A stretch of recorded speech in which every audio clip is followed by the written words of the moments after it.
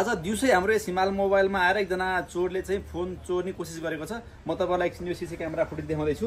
हाम्रो भाइले चाहिँ यहाँ आइफोनहरू देखाउनु भएको छ है, 14 प्रो म्याक्स, 15 प्रो म्याक्स, अनि यो 13 प्रो होला, यो आइफोन 14 होला यो चाहिँ होइन। उहाँले चाहिँ अनेक फोनहरू देखा भन्नुभएको छ। भाइले चाहिँ देखाउँदैछ 11 रातोमा, उहाँले 14 टच गर्नुभयो अहिले होइन। अनि यतापट्टि 12 पनि हेर्दै हुनुहुँदैछ। यो चाहिँ 14 प्रो म्याक्स है, 14 प्रो म्याक्स हेर्दै हुनुहुन्छ उहाँले चाहिँ। यो चाहिँ 16 प्रो म्याक्स है, यो हेर्दै हुनुहुन्छ। र उहाँले चाहिँ के गर्नुहुन्छ भन्दाखेरि उतापट्टि एन्ड्रोइड फोन देखाए जस्तो उतापट्टि नयाँ फोन एन्ड्रोइडमा देखाउनुहोस् भनेर चाहिँ यतापट्टि आइफोन 14 प्रो म्याक्स चाहिँ उहाँले खल्तीमा हाल्न सफल हुनुभयो है। त ल हेर्नुहोस् है, दिउँसै आएर यसरी फोन चोर्दै हुनुहुन्छ उहाँले। स्यामसङ ग्यालेक्सी S25 अल्ट्रा देखाउनुहोस् भन्दै गर्दा चाहिँ उहाँले चाहिँ एउटा फोन खल्तीमा हाल्नुभयो।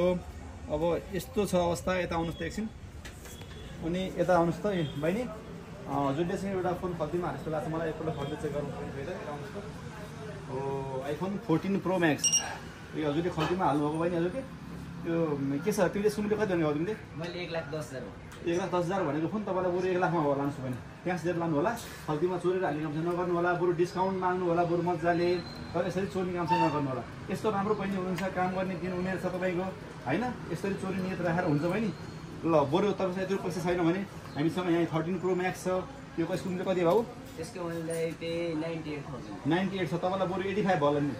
IPhone 13 pro Max 85,000। अझै पैसा कम छ भन्नुहुन्छ भने आइफोन 14 यो 70 को फोन तपाईँलाई 60 मा आएर लानुहोस् ल। यो पनि पैसा पुग्दैन भन्नुहुन्छ भने आइफोन 12 छ हामीसँग। यो चाहिँ 45,000 पर्ने फोन हो, तपाईँलाई 40,000 मा आयो ल।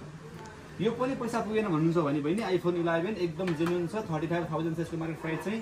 डिस्प्ले ब्याट्री सबै ओरिजिनल छ, चेन्ज छैन। 30,000 मा आयो ल। तर पैसा दिएर लानु होला। चोरेर आज पुग्छ भोलि पुग्दैन है त। यस्तो नियत लिएर चाहिँ नआउनु होला। दिन राडै चोर्ने हिसाबले नआउनु होला। कहाँ तपाईँ घर बाला एकछिन भयो।